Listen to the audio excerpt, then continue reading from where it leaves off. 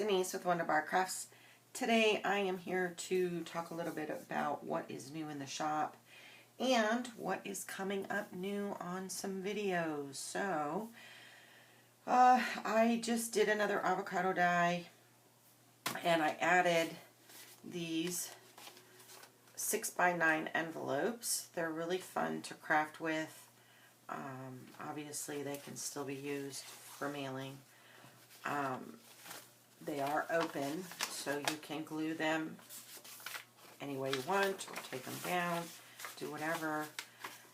So I left them open so you could either glue them if you were just going to use them, or if you're going to use them to craft with any other way. But those are in the shop now. They're a pack of 5 in each pack. So you'll get some with the polka dots and some with the dot matrix, and just it's the natural coloring it makes on there. No envelope is ever the same.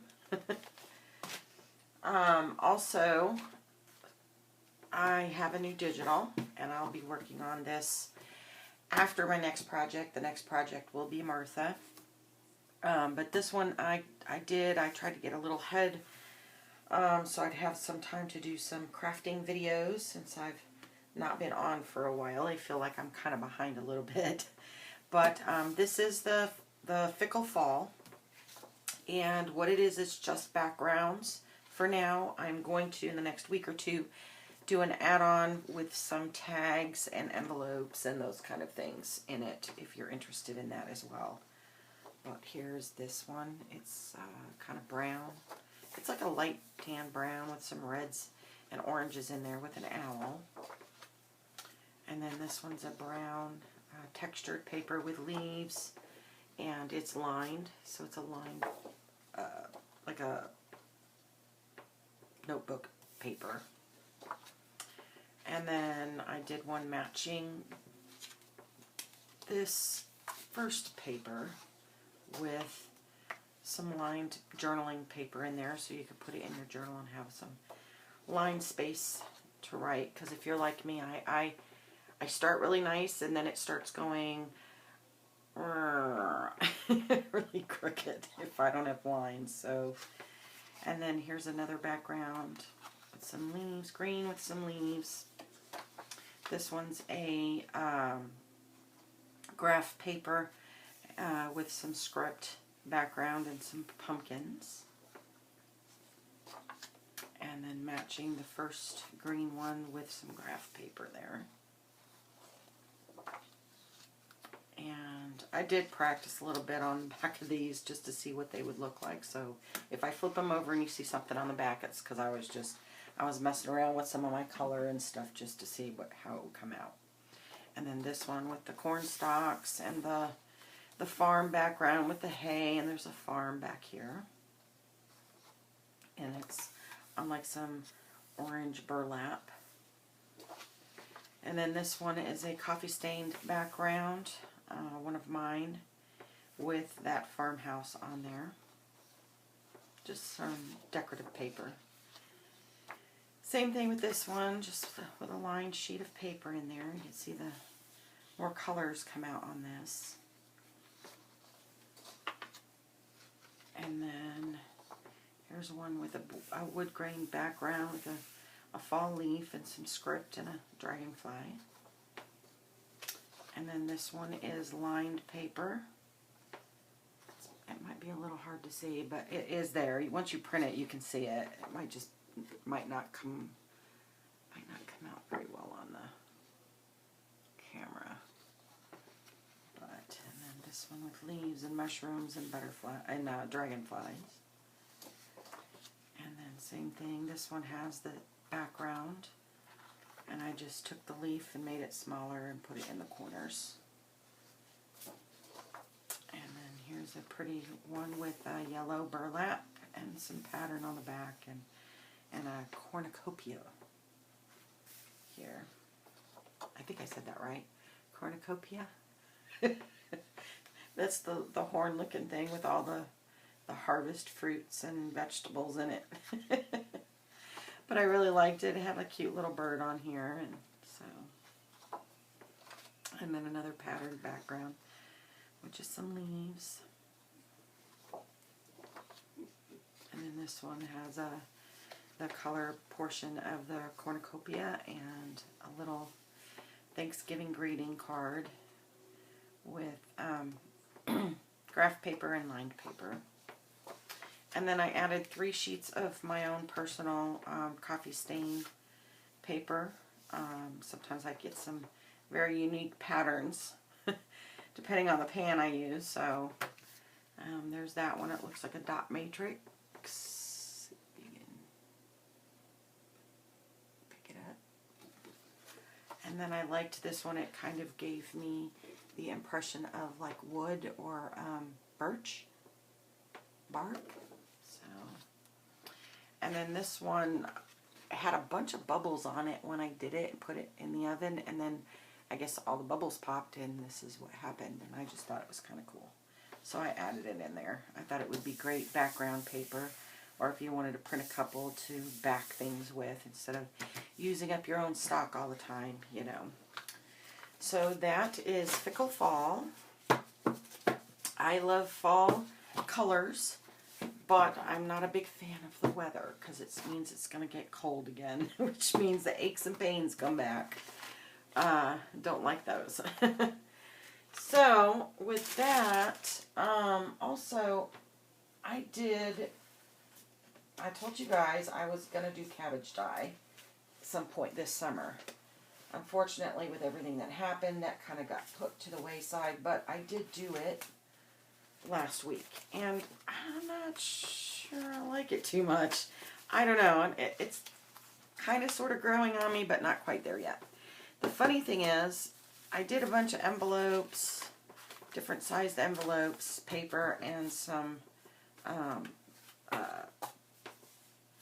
index cards, and I just wanted to test it. So these are not in the shop. They're not in the shop. I just wanted to see what you guys thought. But I sprayed it with a spray bottle instead of soaking it. I just wanted to see how it would come out, and the fact that I used one cabbage, pretty big size cabbage, and I barely got like this much fluid because you have to boil it down. And so I don't know, that's a lot of work and a lot of cabbage and a lot of smell in my house to have to do it all the time. So it might be something, if you guys are interested, that I might do on occasion. I don't think I will stock it all the time. But the weird thing is, I did all my envelopes first, and they all came out. Some have a little bit of purple, but the majority of them came out blue. And when I was looking it up, it said to get this blue color, you had to use baking soda because it would turn it blue and then a kind of a greeny color. And I thought, well, that was odd because the dye was extremely dark purple. And I thought, oh, well, I guess they're all going to come out this bluish color. And I think I figured out why. When I wash my pans after I do an avocado dye, I always scrub them down, and I use baking soda and vinegar with it to kind of get all that stain off my pans. And I think that because when they got hot, maybe some residual came up on it or something. I'm not really sure. I mean, I like how the patterns came out, but it's not quite all the way purple. So then I thought, okay, the rest of it's going to come out blue. Let me just finish it. And my index cards actually came out. You can see that I sprayed it instead of soaking it, because if I soaked it, it would be completely saturated. But they came out purple. Like, really, really purple. Which I thought was weird, that the envelopes came out blue and the index cards all came out purple like this. I mean, how bizarre, right? So I did those, and then I did spray it on the paper. You can see I just sprayed it because I wanted to see how it would come out. Of course, if I do it for the shop, I'll do enough to do a soak so that it will saturate the paper. But I mean, it came out cool, I think. I think it would be okay to use for collage or something like that. I don't know. It's kind of growing on me. I'm not quite convinced yet. Not quite there, but I do like the purple. Now, if it would come out that color all the time, or even this dark purple, almost looks like a royal blue. And if it all came out like that, I'd be okay with it. But see, like this one kind of turned a weird purple, then I went to this greeny orange color. It could have just been me because I was tired, so. But if it is something that you guys might be interested in, leave me a comment below. If I get enough interest in it, I will certainly do a boil and then do some, I will probably do some papers or whatever you guys are interested in, you know, envelopes, cards, whatever. I can do a boil, but it will not be something that will be kept consistent in the shop, because it was even more work than, for just a little bit of dye, for me to consistently do it, it would be extremely expensive, I think, for you guys. And I mean, unless you guys were completely interested in that, I just can't see it. And it would take a lot of my time, and I don't mind doing the avocado stuff because I use a lot of it myself. So typically when I do a dye, I have tons of dye left over, so I can just keep going, and then that's what goes into the shop. This I'm not so sure.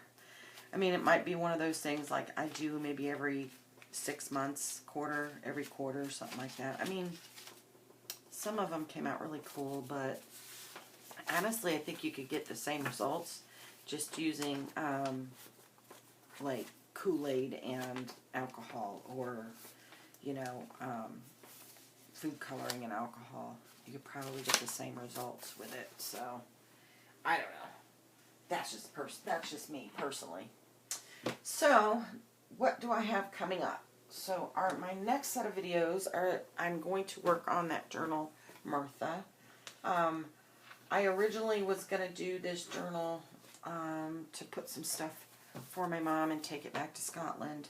But I think what I'm going to do for them is just a small personal photo album that I'll do off on the side, separate. And so I'm actually going to make a journal with Martha and my good friend Amy, Crafty Cats, the remainder of the kit that I had used to make the insert for this journal. So I've got quite a bit left of these two kits, which was $18.91 and Old Paper Volume 2. So I'm going to integrate those because some of the colors do match, and my Martha kit, digital kit on that. So I will be doing a journal with that, and these are some of the fabrics I pulled to incorporate, you know, on the cover, tags, and of course, you know me, I've got a box already set aside for it, a decorative box,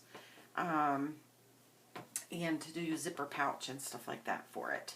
But I really want to use some of this. I bought some of this and sent some to Allie, the Cockney Crafter. It's that Ticket fabric by Tim Holtz, and I've got some with the tape measure too, and I really kind of want to integrate something with that because I really like that fabric.